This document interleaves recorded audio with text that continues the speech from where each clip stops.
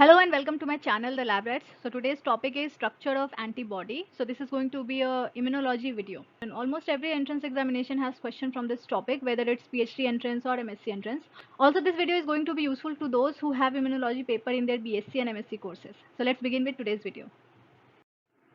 Antibody or immunoglobulin. So structure of antibody was first of all published by Gerald Edelman and Rodney Potter in 1959. And for this structure, they were awarded Nobel Prize in Physiology and Medicine in 1972. Antibodies are basically part of adaptive immune system and they act as receptors for antigen. Okay, so basically what happens is that whenever a foreign molecule or antigen invades our body, so it initiates an immune response with the help of T cells. Okay, so with the help of T cells, it helps in induction of B cells. Now these B cells can be a naive B cells or they can be a memory B cell. So after these B cells are induced, they starts propagating or they starts producing large number of clones.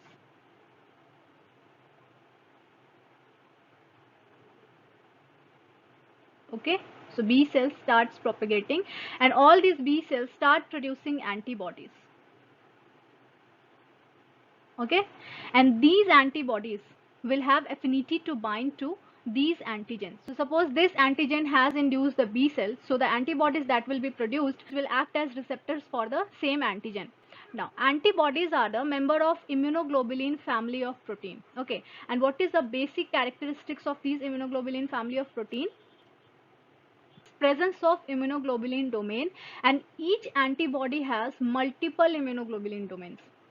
Immunoglobulin domain. So each immunoglobulin domain has a pair of beta sheet, that is it has two beta sheets that form tertiary compact domain. Now each beta sheet has 3 to 5 anti-parallel beta strand. So if you see in this figure, this red one and this pink one, they represent two different beta sheets. Each beta sheet has different beta strands. Okay, so suppose this is one polypeptide sequence. Now this polypeptide sequence arranged in a manner and they form beta strands. Okay, and these beta strands collectively form a beta sheet. Okay, so each beta sheet has 3 to 5 anti-parallel beta strand. Now in this beta strand, the hydrophobic and hydrophilic amino acids are arranged alternatively. Okay, so if this is a beta sheet, and then if you see just one strand, and suppose you denote this hydrophilic with green one and this hydrophobic with red one, so they are arranged alternately, like one hydrophobic, then hydrophilic. So this is how they are arranged alternately. Now both the sheets are stabilized by intrachain disulfide bond. Why intrachain? Why do we say intrachain? Because this is one single polypeptide which is forming beta strand, and these beta strands are making a pair of beta sheet. So there is just one polypeptide sequence which is making these pair of beta sheets which make a immunoglobulin domain. Okay, that is why the disulfide bond which is formed between these sheets are intrachain disulfide bond. So this figure is showing those beta sheets in a simplified way. So this is one beta sheet, this is another beta sheet, and they are having intrachain disulfide bond. Okay, now in domain, hydrophobic amino acids on one beta sheet is oriented towards opposite one. Okay, so suppose this is one beta sheet made up of different beta strands, and this is another beta sheet made up of again different beta strands. So we know that hydrophobic and hydrophilic amino acids are there and they are arranged alternately. So the hydrophobic amino acids in one beta sheet will be directed towards the opposite one.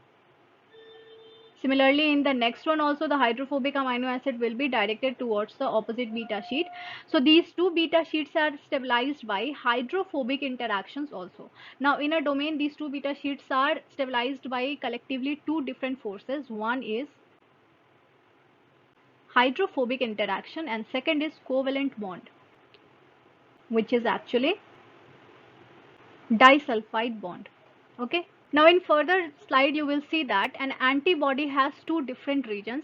One is constant region and another is variable region. Now, the number of beta strands in constant region domains and variable region domains differ by 2. Okay, so this is a constant domain, okay, and this is variable domain. Now, if there are x number of beta strand in this domain, so there will be x plus 2 number of beta strand in a variable domain. So here in this constant region, there are total 7 beta strands, and here there are total 9 beta strands. Now, in case of variable region immunoglobulin domain, the beta strands are attached to each other with a variable length of amino acid sequences. So there are total 3 loops. So the length and type of amino acid coding in these loops can vary a lot, and because of this variability, they can have different combination of amino acid, and that is why this variable region helps in interaction of antibody with variety of antigens. Okay, so this region is also known as hypervariable region or CDRs. So what is the full form of CDR? Complementarity determining region. Okay, so complementarity determining region. Coming to the structure of antibody. So an antibody has two different types of amino acid chain, that is a heavy chain and a light chain. So this heavy and light chain name is on the basis of the molecular weight, that is this is the heavier chain and this is the lighter chain. That is why they are known as heavy and light chain. So in an antibody there are total 2 heavy chain and 2 light chain, and this makes them heterodimer. Okay, now the amino terminal of light chain and heavy chain shows a lot of variability, and that is why it is known as variable region of antibody. And the light chain and heavy chain are denoted as VL and VH. That is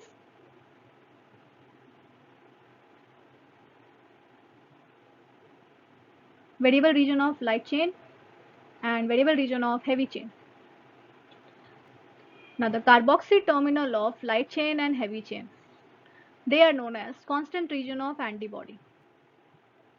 Okay, now this constant does not mean that they don't show variability at all, because the variation seen in this constant region is very less than or near to negligible in comparison to that seen in the variable region.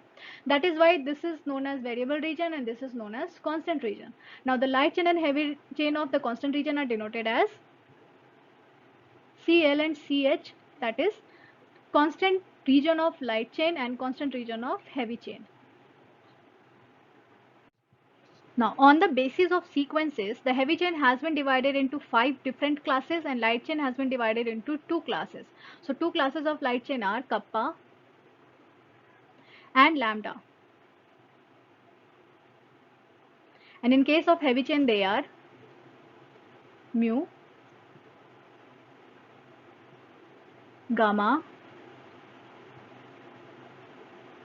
alpha, delta and epsilon. Okay, so they are the 5 different classes of heavy chain and these are the 2 different classes of light chain. Now on the basis of 5 different classes of heavy chain, the immunoglobulin has been divided into 5 categories. So IgG has gamma heavy chain classes, IgM has mu heavy chain classes, IgA has alpha, IgD has delta and IgE has epsilon heavy chain classes. In an antibody, you will find intrachain disulfide bonds in heavy chain as well as in light chain.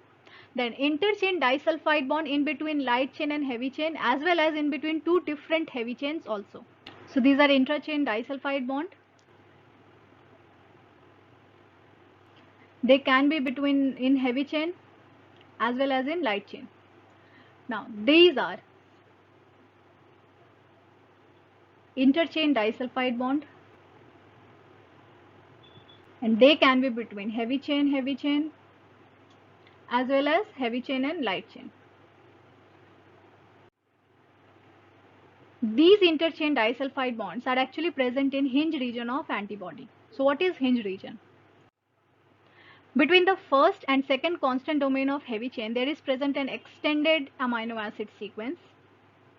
And this is known as hinge region. So this is like CH1, hinge region, and then CH2. Okay, now this hinge region has abundant of proline and cysteine.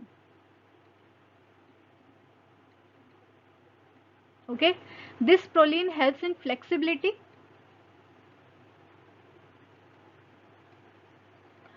So this hinge region provides flexibility to the amino acid, and those amino acid that has hinge region can twist and turn or bend at different angles to be capable of binding to a large number of antigens. Okay, now this cysteine helps in formation of disulfide bond. So if you see, this disulfide bond in the hinge region is due to the cysteine molecule, and what it is doing, it is making a homodimer of heavy chain. Okay, so this was an independent heavy chain, this was an independent heavy chain, and due to this disulfide bonds in the hinge region, now these two independent heavy chain has formed homodimer. So this is due to the cysteine which is present in the hinge region. So this disulfide bond leads to formation of heavy chain dimer. Now the constant domains of heavy chain also has oligosaccharide chain. Okay, these oligosaccharide helps to maintain distance between these two heavy chains, and to maintain this distance which is required for the interaction of these antibody with the affected cell and perform their function. Okay, so basically what happens are that after translation we know that there are post-translational modification in protein. Post-translational modification, one of the modification is glycosylation. Okay, this glycosylation helps in attachment of the oligosaccharide on the constant domain of antibody. Okay, now these oligosaccharides are represented by this aldehyde group. Why so? Because in oligosaccharide, the cis diol group, if this gets oxidized, it will form aldehyde. Okay, it will form aldehyde. Okay, so if you see this picture, it will be more clear that these oligosaccharides are present in between these two heavy chains, and in case of IgG, IgA and IgD, okay, in these three immunoglobulins, they are present on the second constant domain of heavy chain, and in case of IgM and IgE, they are present on the third constant domain of heavy chain. Apart from glycosylation, there are other modifications are also on antibody, but we do not need to go into detail in this video. So let's move ahead with the structure of antibody. The variable region of an antibody is also known as antigen binding site. Antigen binding site or antigen interacting site. Okay, so this is the region which interacts with the antigen. So this region is also known as paratope. Okay, this is also known as paratope. So a monomer, that is this antibody, it is a monomeric form of antibody. So a monomer has basically two antigen binding sites.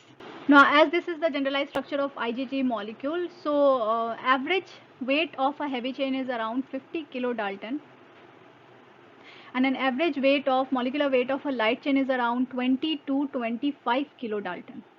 So this is a 3D representation of antibody. So this is known as FAB. What is FAB?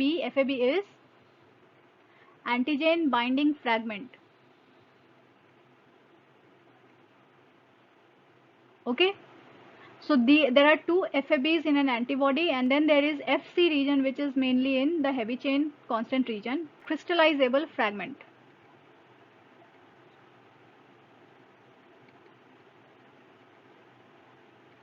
And this is the hinge region of antibody. So these are the structure of 5 different classes of antibody: IgG, IgE and IgD.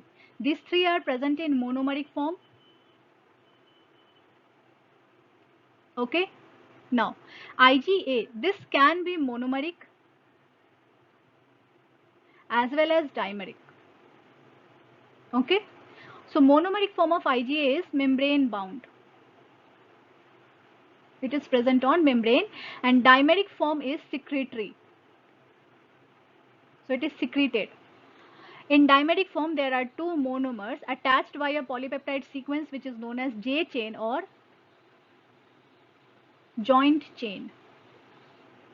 Okay, this is known as J chain or joint chain. Now coming to IgM, So IgM is pentameric. There are 5 different monomers of IgM antibody. It is also present in monomeric form, which is again membrane bound. And this pentameric is secretory. There is another form which is known as hexamer. This is not much discussed form of IgM antibody. Now this pentameric IgM also has a J chain or joint chain, but this J chain is not present in the hexameric form of IgM. Now talking about hinge region. Hinge region is not present in all the 5 classes of antibody. Hinge region. This is not present in all the 5 classes of antibody. Here you can see it in case of IgG, in case of IgA, and in case of IgD. Okay, these 3 immunoglobulin classes has hinge region. IgG, IgD, and IgA. Okay, they have hinge region. Now the number and position of disulfide bond which is present in the hinge region varies in different classes of immunoglobulin. So here you can see there are 2 disulfide bonds in the hinge region.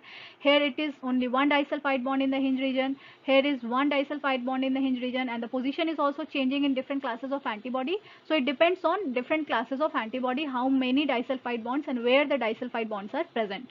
Now IgE and IgM do not have hinge region. That does not mean that they do not have interchain disulfide bond. So in case of IgE, there is a disulfide bond in between CH1 and CH3 domain. In case of IgM, the disulfide bond is between CH3 and CH4 domain.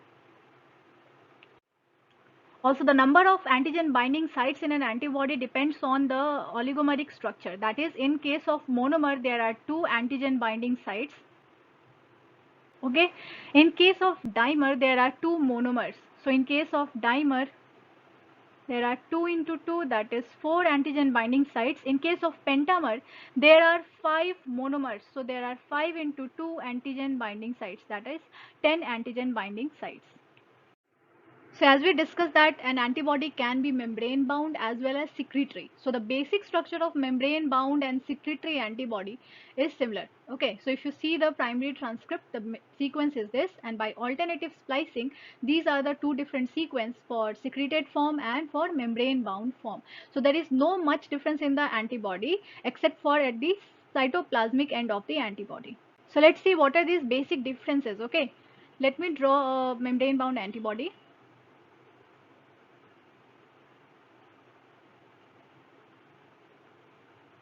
Okay, I've drawn this similar antibody only. Okay, so these 2 antibodies are similar. The only difference is on the cytoplasmic tail. In case of secretory antibody, the cytoplasmic tail has a hydrophilic segment because it has to be present in the aqueous solution. So it has a hydrophilic segment on the cytoplasmic end. Now coming to membrane bound antibody, so it has 3 different regions on the cytoplasmic tail. The first one is the spacer sequence. Spacer sequence, it is hydrophilic and it is made of 26 amino acid. Now the next one is transmembrane sequence. This is hydrophobic and it has 25 amino acid. And the last one is cytoplasmic tail. Okay, this is hydrophilic and this is made of 3 amino acid. So now if you try to imagine this antibody like this, suppose this is the antibody, membrane bound antibody, okay, and this is a membrane,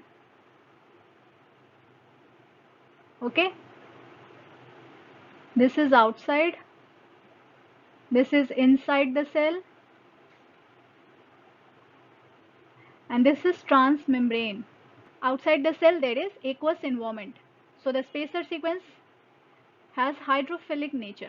Okay, now in the transmembrane region there is a hydrophobic sequence. So what is present in this transmembrane region? This transmembrane region is hydrophobic because of the presence of this lipid bilayer. Because of the presence of this lipid bilayer, this region is hydrophobic in nature. Now if you come to the cytoplasmic region, this is again a hydrophilic environment. So again, the nature of this cytoplasmic tail is hydrophilic. So this is all about structure of antibody. Please post all your queries in the comment section. Thank you so much for watching the video. If it was useful, please like and share it. Subscribe to our channel and hit the notification bell icon for recent updates.